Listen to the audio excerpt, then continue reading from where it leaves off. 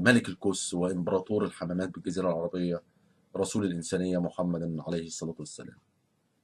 طبعا مبدئيا طبعا هو الموضوع يعني إيه، في باب واسع للتهريج والكوميديا، وفي لقطات الحياه تموت من الضحك. وهو عامه احنا مثلا لو خدنا شخصيه زي محمد وشخصيه زي المسيح، نلاقي مثلا ايه، محمد حياته مليئه بالاكشن. في يعني انا لو مخرج سينما وعايز اخرج فيلم، اخرج عن محمد مش عن المسيح. لان محمد فيه اكشن، دايما فيه اكشن، فيه سكس، اثاره، مرح، سلب، نهب، قتل، فيه اكشن، دراما، تعمل دراما الكلام ده. اللي هي المسيح بضان قوي، يعني عيل بضان، تحس عيل بضان ابن امه، وكتيان كده وبتاع، احب اعدائكم واما عايز فوق الجبل وبتاع. في الاخر وقع في ايد واحد ابن دين وسخه ما بيرحمش، العقيد بيلاطس ناك ثلاثه تاني اللي خلفه دين امه. وكل يعني اكبر انجاز عمله في حياته ان هو مات.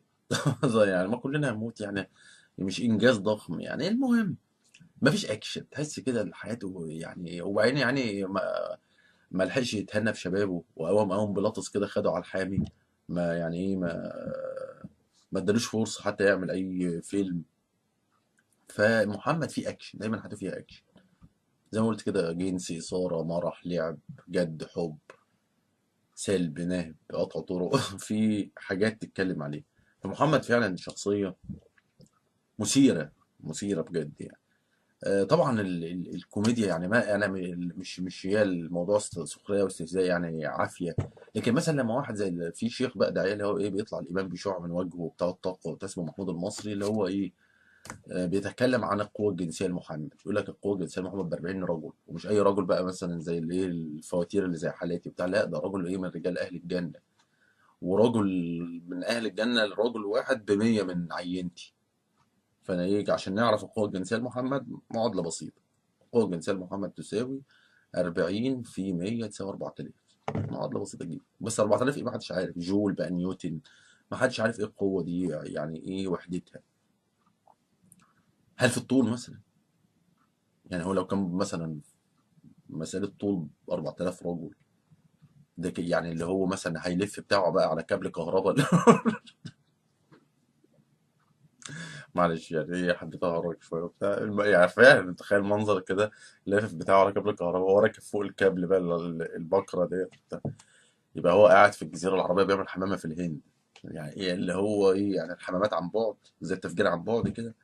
يعني حاجة يعني ايه قوته يعني، ان هو مثلا يقول لك مش عارف كانوا يجامع النساء وتسع من النساء وفي ساعة من الليل او النهار. طب ايه، انا عايزك تديني عقل. هل طبعا في ناس، انا فاكر عارف ان في ناس هيكة جدا وهتقول لك ما انا ممكن اكسر، انا ممكن اقوم بكتيبة نسوان وبتاع واعمل واسوي. مش عايز ان انا هجص ونتكلم كتير في حاجات، وهي اساسا لا تعني شيء انك انت هتنام عن الكرة الارضية. لا يعني اي شيء بالنسبة لرجولتك يعني، مش شيء جيد يعني. بس هل في فعلا في انسان عقله في راسه كده ممكن ينام مع تسع نسوان في يوم واحد؟ هل يعني واخد معبي الدنيا بتاخد فياجرا في الوريد، موضعي بتاخد هنها لك موضعي، وعامل كل البلاوي السوداء، وضارب لك احلى جوينت بانج، وعامل واكل احلى اكل، هل تقدر انك انت تقوم تسع نسوان في ليله واحده؟ يعني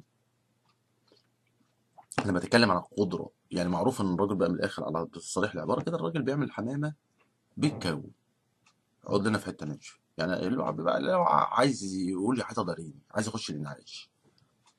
وده مش حاجه غلط، ده فيسيولوجي، ده شيء طبيعي جدا. لان الراجل بعد ما بيوصل الاورجازم بينزل على جدور رقبته على الزيرو، اللي هو في حاجه كده اسمها ايه، الريفراكتوري بيريود، اللي هو محتاج هذه المده، بيقعد مده كده مالوش يعني ايه، بتنقطع علاقته بالجنس الاخر تماما، ما ينفعش مع اي حاجه، الا ان هو ايه، يمضي وقت معين كده، وبعدين ممكن يسترجع بقى ايه، حيويته من جديد. انما ما فيش واحد اللي هو ايه، يلا خش وهات ديت يعني في كده. هل في كده فعلا؟ ما اعرفش يعني. ولو فرضنا ان في واحد كده يعني، ده يبقى سعران يعني. مش فاهم ايه وهل دي متعه ان انا اقعد انط على تسع نسوان؟